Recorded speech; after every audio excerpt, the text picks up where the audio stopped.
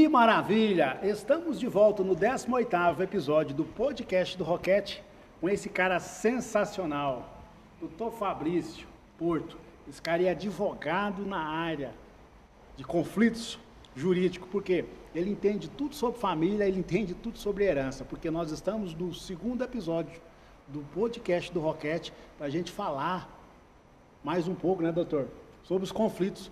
Porque o grande problema dos relacionamentos é o seguinte, a parte mais fácil é conhecer, né? Enquanto ali você conhece, você está namorando, está surfando, está tudo bom, né? Agora na hora que você desce, é a mesma coisa de andar de montanha-russa, né? Você está subindo e descendo, a coisa maravilha do mundo, né? Aí na hora que você desce, que você pisa no chão, fala, e agora? Acabou. Para que lado que eu vou? Aí se você não tiver amparado juridicamente, aí você pode ter uma dorzinha de cabeça, né? Demais. É aquela velha história, né? A gente só conhece realmente as pessoas quando acontece algum problema, seja no caso de divórcio, seja no caso de falecimento, seja no caso de dissolução, de algum desentendimento familiar, que é onde começam os conflitos. Então é importante sim documentar, é importante fazer um planejamento, é importante ter uma orientação jurídica para evitar que esses conflitos aconteçam. Porque a gente vê os namoros do Neymar e é meio complicado, né? Você já viu os namoros do Neymar? Quando ele não dá a joia? Aí começa muito problema. Porque ali, o povo vai, por exemplo, você conhece uma mulher ou a mulher conhece o cara, bom, vou conhecer. Se você tem um patrimôniozinho, ela vai vir tentar lapidar, né? Porque chama-se oportunista, né? Sim. Os namoros do Neymar mesmo foi desse, né? Ele arrumou uma namoradinha aí no hotel, a menina foi lá e tal, tentou gravar, não conseguiu. Na hora que ela viu que ela não ia conseguir gravar, ou seja, ele me forçou a estar aqui, né? E não é assim, né, doutor? Não é assim. Não é assim. E nesses casos específicos, cada vez mais mostra a necessidade e a importância de se fazer o contrato de namoro. Porque fazendo o contrato de namoro deixa claro, né, que aquela pessoa não tem direito a absolutamente nada em relação ao patrimônio da pessoa famosa, né? Então, se eu fosse advogado do Neymar, eu faria para ele, na época que ele era solteiro, né? Faz contratos, faz contrato de namoro. Eu vou contar uma historinha aqui de internet, eu sou meio curioso, aí eu vou atrás das historinhas.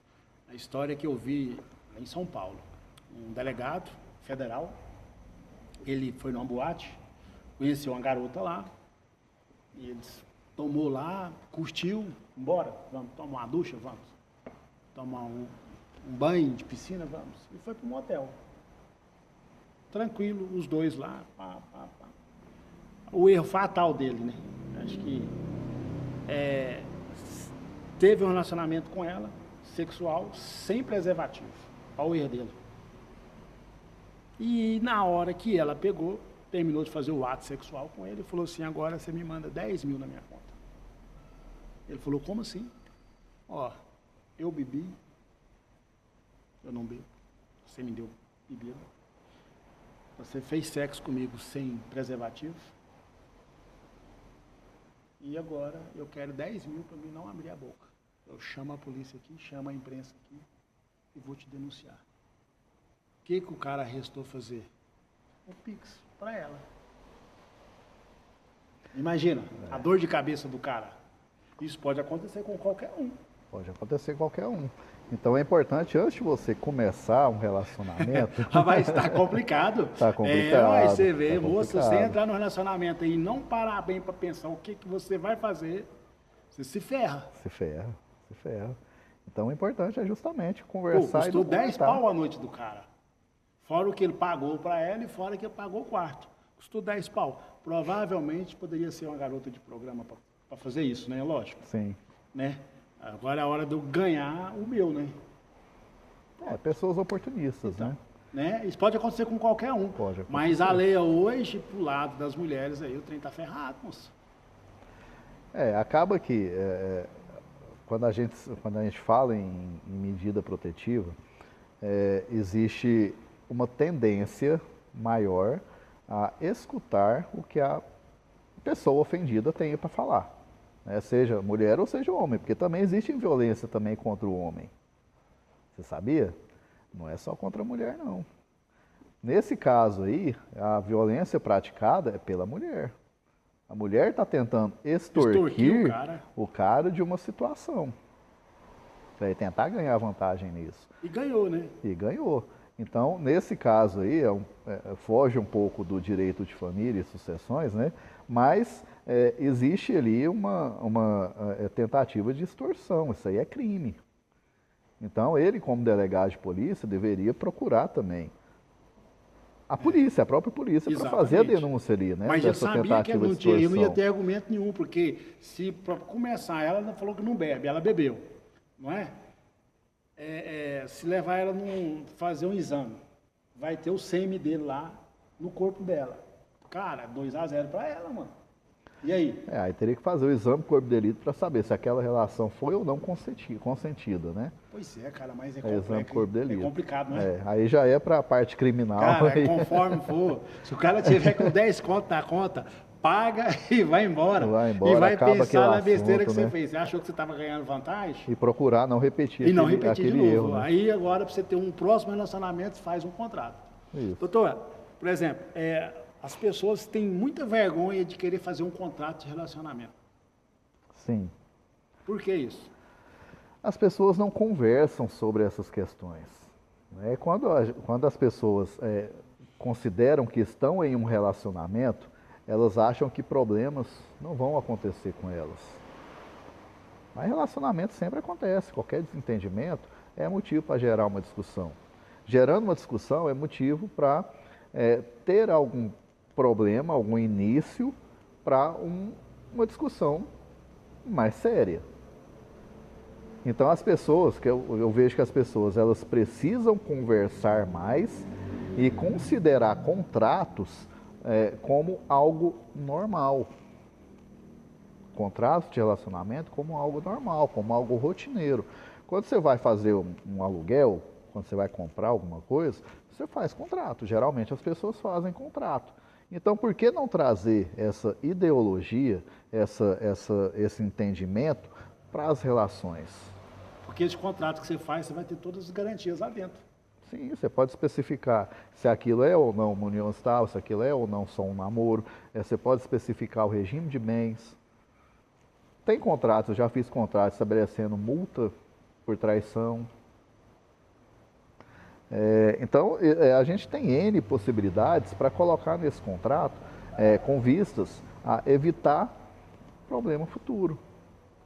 Porque uma vez que acontece ali algum conflito ali dentro daquele relacionamento, as pessoas podem olhar o contrato ali e ver, quando a gente começou a namorar, quando a gente começou o nosso relacionamento, a gente tinha combinado assim. Então, por que mudou? Então, vamos voltar para aquele nosso combinado inicial, para a gente seguir adiante? Entende? Então, é importante, sim, fazer o contrato. Por exemplo, vamos pegar uma gama aí de 10 pessoas, daria aí 2, 3% que fazem contrato? Ou dá... Acho que menos do que isso. Menos que isso. Menos do que isso. Infelizmente. É uma cultura que, principalmente o brasileiro, não tem. Não faz. Não faz. E a dor de cabeça depois vem, mas vem com força mesmo. E não tem anador, não tem Dorflex, não tem analgésico que passa essa dor de cabeça. Só o advogado para resolver para ele. E às vezes um psicólogo para ajudar a entender aquilo ali, né? Doutor, eu vou dar um pouquinho aqui para nós sair um pouco de relacionamento, de contrato de relacionamento. Agora vamos falar um pouco de herança. Por exemplo, aquele filho que cuida dos pais, que zela, que vai lá na casa do pai, que vê a casa do pai com dificuldade lá, arruma, conserta tudo lá dentro, manda pintar, troca os móveis, faz isso, faz aquilo, são uma gama de irmãos.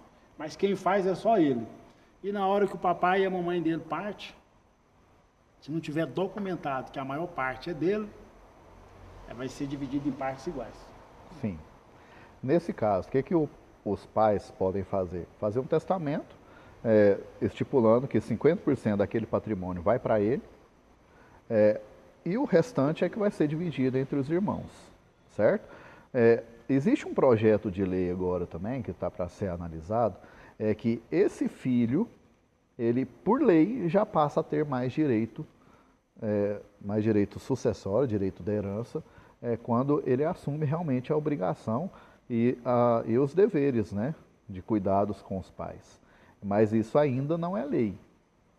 Então, hoje em dia, falando de hoje, é importante que os pais reconheçam esse esforço desse filho e façam sim um testamento para ele.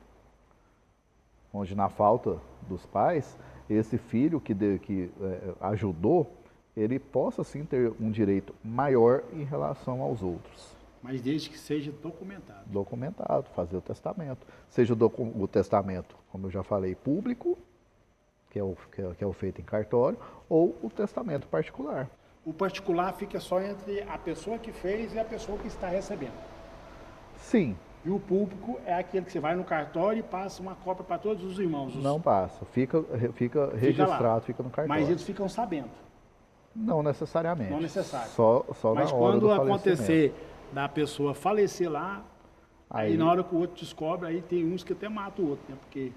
Infelizmente. Porque a parte dele não veio, que tinha que ser em partes iguais, o que você fez, né?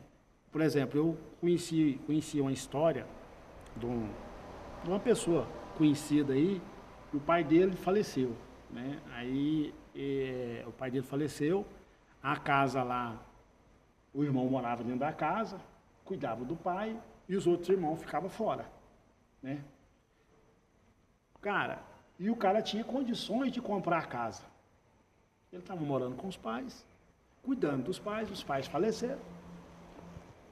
Falou, não, eu vou ficar na casa do meu pai aqui, eu vou comprar a parte de vocês. E os irmãos, não quero que você compre a parte, não, nós vamos vender lá fora para o Joaquim. Não, mas eu chamei o cara para avaliar aqui vale 1 milhão. Eu falei, não quero não. Quer que você saia. Nós vamos vender para outro e nós vamos dividir em partes iguais. É para sair. Aí você viu a questão do conflito? Sim. O cara está lá dentro, o cara já está acostumado a morar lá dentro, o cara entende tudo sobre os defeitos da casa, é como se fosse um carro. Ele sabe aonde é que a casa vai chegar. Não, eu tenho direito de ficar com a casa e eu vou pagar a parte de vocês. Não, mas eu quero que você saia, nós vamos vender a casa para outro. Olha só a dor de cabeça que esse pessoal passou. Imensa. Como que poderia ser resolvido isso? Também um contrato entre os herdeiros. Isso de forma prévia. Agora, se não foi feito o contrato, então esse filho que quer ficar com a casa, ele pode entrar com a ação de inventário, extrajudicial, de forma contenciosa, de forma litigiosa, explicar a forma que ele pretende fazer a partilha. Esse imóvel vai ser avaliado e ele pode depositar em juízo aquele valor. Entende? Então, assim, dá para resolver. Caso ele realmente queira ficar com esse imóvel, dá para ser resolvido através desse inventário. Tá? Mas dá uma dor de cabeça danada. Dá uma dor de você cabeça, vai ter, sim, é por exemplo, morosidade. você tem lá 3, 4, 5, 6 brigando para dividir em partes iguais. Aí você tem 1, 2, 3, a metade, querendo pender para um lado, não, vamos vender para ele aqui, que ele já está aqui dentro aqui já. Aí vai ter que ter a morosidade da justiça. Sim. E justiça é sempre morosa. Aí você cria um espólio, que é chamado de espólio, né? Sim. E você vai denominar uma pessoa para cuidar daquele imóvel, porque É o senão se você inventariante. abandonar, igual eu vi a casa da Hebe Camargo lá em São Paulo, que foi abandonado. Ou seja, lá só vale o terreno agora, a casa perdeu a casa. Briga familiar, né? Exatamente. Aí cria um espólio, vai nomear aquela pessoa que estava lá dentro da casa. Não, então você vai ficar aqui, você vai morar aqui, você vai cuidar da casa, a casa tem que estar dentro da integridade. Quem fala isso é o juiz ou é você, como advogado, vai levar para o juiz que vai acontecer esses fatos? Como é que funciona O papel do advogado é esse, trazer, colocar no papel aquilo que o cliente dele pretende fazer e levar para o juiz. O juiz só dá o aceite. O juiz ele pode ou não aceitar, dependendo das circunstâncias de cada caso. Tá? Então, não existe uma regra de bolo para fins processuais, né? E muito menos familiares. Então, é levado em consideração a situação, ver se realmente essa pessoa tem o direito de ficar com a casa, já que ela é que estava cuidando antes do falecimento, e se ela tiver intenção em realmente ficar com a casa, dá para ela depositar em juízo a parte de cada um, depois que for feita a avaliação daquele imóvel. Então, essa pessoa, em se tratando de inventário, essa pessoa que toma conta do espólio, dos bens do espólio, é chamado de inventariante. Então, o papel do inventariante é justamente explicar para o juiz qual a situação dos imóveis e como que é feita a partilha. Tá? Para lá na frente o juiz homologar aquela decisão inicial ou não, ou fazer a partilha de acordo com o que a lei fala. Tá? Então é importante, o papel do advogado é justamente tentar fazer essa mediação. Ele faz uma mediação aqui, aí leva para o juiz entender a situação e dar o veredicto final. Sim, basicamente. Tocar assim, concorda aqui com essa parte, aí a outra pessoa arruma um outro advogado para impugnar aquilo que você falou que não quer do jeito dele, aí o juiz vai entender do jeito que vai ser a melhor parte. Exatamente. Então é um processo assim que demora anos. Demora anos. Agora, doutor, quando você vai fazer uma partilha, tudo dentro do litigioso, tudo certinho, tudo organizadinho, tá todo mundo aceitando, demora? É mais rápido, porque a gente pode fazer... Mas o que é esse rápido seu? Depende. Vamos imaginar que os documentos que são exigidos para fazer a partilha estão todos ok. Tá? Não tem dívida de IPTU, não tem dívida de absolutamente nada, está tudo certinho. Então é só chegar no cartório, é só marcar no cartório, precisa de um advogado, e fazer a partilha, seja no caso de divórcio, seja no caso de inventário, de forma extrajudicial. Então a gente consegue resolver, se os documentos estiverem todos certinhos, às vezes em 2 semanas já consegue resolver. Mas se tiver um com pepino lá, aí já muda a história. Aí já tem que partir para o litigioso. Aí já muda a história. Aí já muda a história. Aí já demora existe mais. aquela tal filhinha do engavetamento, que guarda de cá, que guarda de lá, que está aguardando subir. Aí você vai lá, está em tal instância. Aí é a morosidade do judiciário, né, que o Brasil inteiro já conhece, que é bem caótico. Rapaz, justiça não é para qualquer um não, né, doutor? Não. Para a gente atuar como advogado, a gente tem que ter muito sangue frio, a gente tem que ter a cabeça tranquila, né, e realmente trabalhar em benefício do melhor para o cliente que você está defendendo. Doutor, tem uma perguntinha aqui da nossa produção aqui, ó. Quem deve fazer o planejamento sucessório? Só o rico? Não. A pessoa com poucas posses também tem todo o direito de fazer esse planejamento sucessório. Então vamos imaginar que a pessoa tem um imóvel só, ou tem um carro só, e o carro caindo nos pedaços. Então ele pode fazer o testamento, por exemplo, determinando como que vai ser feita aquela partilha. Pode ser feito também a doação em vida. Voltando um pouquinho e corrigir, no que você falou da doação em vida, não foi o Neymar que vai dar algo para alguém, não. É uma pessoa, acho que lá de Santa Catarina ou de São Paulo, não sei de onde é que seja, ia doar lá R$1 bilhão para o Neymar. A pessoa é própria ignorância, né? Vai dar dinheiro para o Neymar para quê? O cara tem tanto dinheiro, mas eu quero dar para ele. Você viu essa história aí que o Neymar ia fazer? Uhum. Que vai ter isso aí? Sim. E o cara foi no cartório e registrou e passou para o Neymar. Uhum. Mas a doação em vida, o que a gente chama de planejamento sucessório, e em subitem, a doação em vida é quando os pais doam um patrimônio para os filhos. Por exemplo, imagina aí que o casal tem 2 imóveis e tem 2 filhos. Então eles podem adiantar a herança no sentido de fazer a doação em vida de um apartamento para cada um. Então quando eles falecerem, não precisa se fazer o inventário, porque a partilha já foi feita em vida, já foi feita a doação em vida. Aí quando a pessoa faz o inventário desse aí em vida, ele precisa de ter um advogado para acompanhar ele nessa parte? É importante, porque além da questão cartorária, é importante fazer o contrato, é importante documentar aquela situação. E fazendo em vida fica tudo mais fácil e mais barato, né? E depois também que morre também, tudo é mais caro, né? A gente, tanto o imposto transmissão causa mortes, que é quando o caso de inventário, o caso de falecimento, e o imposto de doação inter vivos, ele é basicamente o mesmo. Tá? Então, a vantagem de se fazer a doação em vida é justamente antecipar aquela despesa maior que você vai ter lá na frente. Então, a vantagem é, se a pessoa que já tem um patrimônio decide fazer o adiantamento, a doação em vida, fazer o adiantamento da legítima, aquela pessoa que já tem um patrimônio, ela tem uma maior capacidade de pagamento desses impostos. Ao passo que, se a pessoa falecer e não fizer absolutamente nada, quem vai ter que arcar com esses custos maiores são os herdeiros, que muitas vezes não têm condições. E não é barato. E não é barato. Aí, por exemplo, se o cara tiver lá uns 5, 6 imóveis lá, conforme for, um imóvel e meio, 2 imóveis, vai ter que pagar os 4 que vão ficar. Basicamente. A gente faz uma prévia de um cálculo, onde esses custos, no caso de inventário, eles chegam a aproximadamente 6% do patrimônio. 6 a 7% do patrimônio, incluindo o imposto de transmissão causa-mortes e as despesas cartorárias. Fora os honorários de advogado. Os honorários é uma coisa que pode ser falado? Varia muito de cada caso, né? Porque eu lembro do aquele pedreiro, Alex. Ele falava assim, não, eu tenho que olhar na tabela. Exatamente. A OAB, tem uma tabelinha também da OAB? Sim, a OAB tem. A OAB estipula o valor mínimo dos honorários cobrados em cada tipo de processo.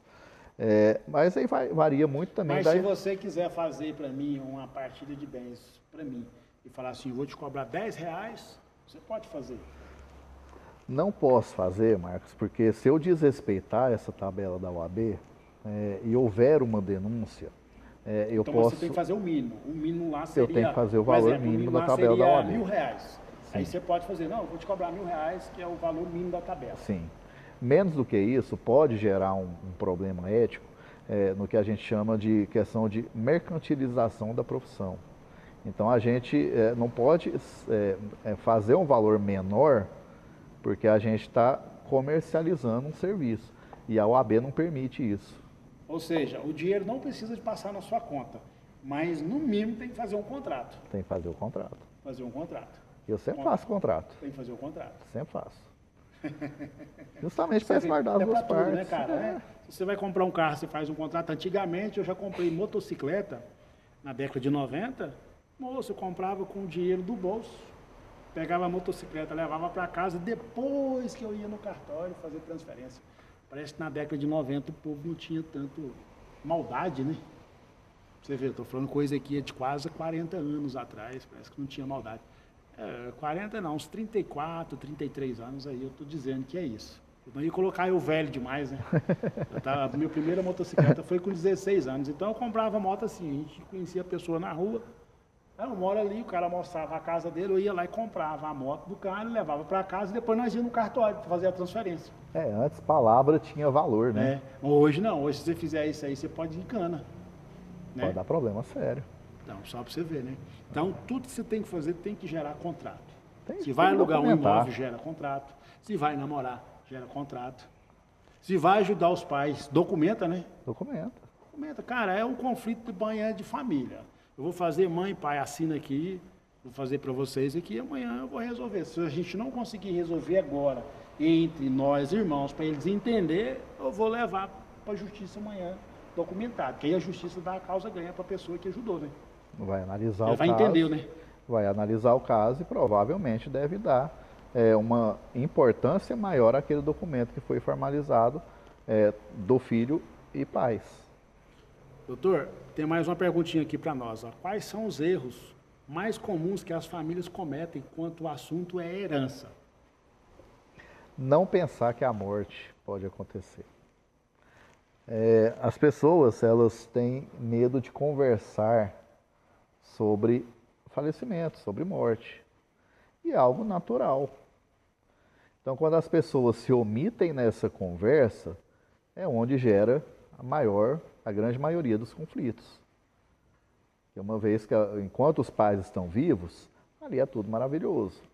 Agora, quando existe o falecimento de algum deles, aí é onde os filhos querem, às vezes, ganhar em cima do outro, querem ter uma maior parte ali daquele patrimônio. Então as pessoas devem conversar mais sobre essas questões, sobre esses possíveis problemas e procurar a solução ainda em vida. E naquele caso, por exemplo, vou voltar aqui, acho que foi de Rio Verde, 2 filhos mataram um fazendeiro para ficar com a herança. Você viu esse caso? O cara... E o fazendeiro é daqui de Goiânia. O cara é bilionário. Isso aí aconteceu lá se não me engano, com a Susana von Richthofen. E aí? Lembra aquele caso mata famoso? E recebe? Não recebe. Perde o direito à herança.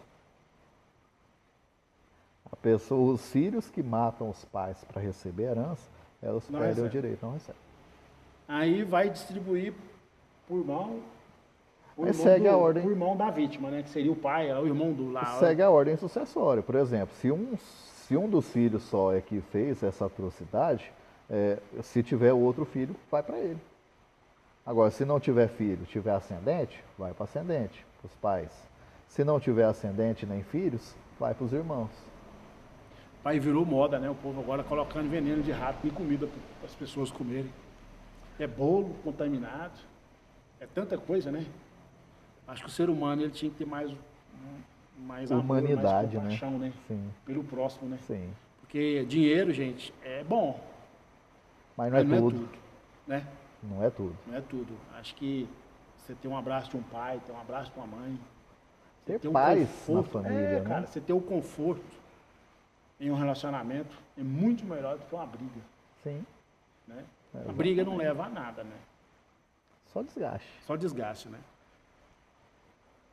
Porque eu vejo isso aí, cara, muita desunião que tem de família aí fora por causa de dinheiro. As pessoas estão se matando, estão se pegando por causa de dinheiro. Sim. Né? E como que o advogado tem que haver num momento desse de crise? Procurando a mediação, mostrando para as partes qual é o real direito de cada uma delas. Então, por exemplo, já chegou para mim aqui um caso onde a mulher foi traída e ela falou assim, eu vou arrancar tudo dele, vou arrancar até as cuecas dele. Mas na verdade não é assim. Aí ela me procurou, falou assim, contou a história, fui traído, eu quero arrancar tudo que ele tem. O que eu falei para ela? Não é o seu direito. Não é o seu direito. Querer não é poder, né? Querer não é poder. Então ela já veio com o intuito de tentar ganhar vantagem por conta da traição. Ao passo que a questão da partilha de bens não tem absolutamente nada a ver com questão de traição. Tá? Também não adianta você chegar lá querendo 1 milhão. Se você tem direito a 100 mil.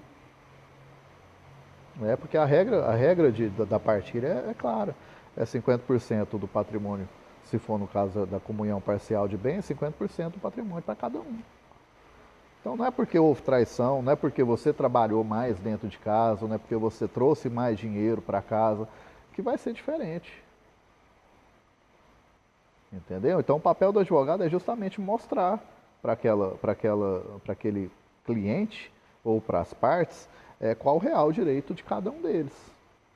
Para aí tentar evitar levar para a justiça, tentar resolver o problema. Às vezes o advogado mostrando e não entrando na pilha, consegue resolver muita coisa de forma extrajudicial, de forma amigável. Doutor, com essa demanda sua aí, você já viu família acabar por causa de herança? Já vi várias, muito comum isso, infelizmente. No caso, né, o que eu já vi também é que os irmãos pararam de conversar totalmente um com o outro, viraram totalmente inimigos um do outro. Doutor, para nós fazer um encerramento aqui, se você pudesse dar um único conselho para toda a família brasileira, qual seria? Diálogo. Tenham diálogo, mantenham um diálogo aberto, no sentido de prevenir conflitos. Acho que existe um velho ditado, né? Conversando que a gente resolve as coisas. Né? Exatamente. Você vê, a Ucrânia e a Rússia não conversam, só guerrilha. Estão só perdendo. Estão só perdendo. Só perdendo. Então, se sentar e conversar, resolve, né? Consegue resolver muita coisa. Doutor Fabrício, muito obrigado pelo seu comparecimento aqui no nosso podcast do Roquete. Obrigado, meu seguidor internauta. Obrigado a todos vocês aí que estão me vendo do outro lado da telinha. Por quê? Porque esse projeto não para, o podcast do Roquete. Doutor, deixa as suas saudações aí. Eu quero agradecer a todos que viram esse vídeo, que acompanharam. E eu quero deixar a mensagem aqui. Acompanhe esse cara é muito legal, muito competente. E ele tem tudo aqui para crescer, esse projeto dele. Tem meu total apoio, viu, Marcos? Pode contar comigo. Obrigado. Se precisar que venha aqui outra vez, a gente vem.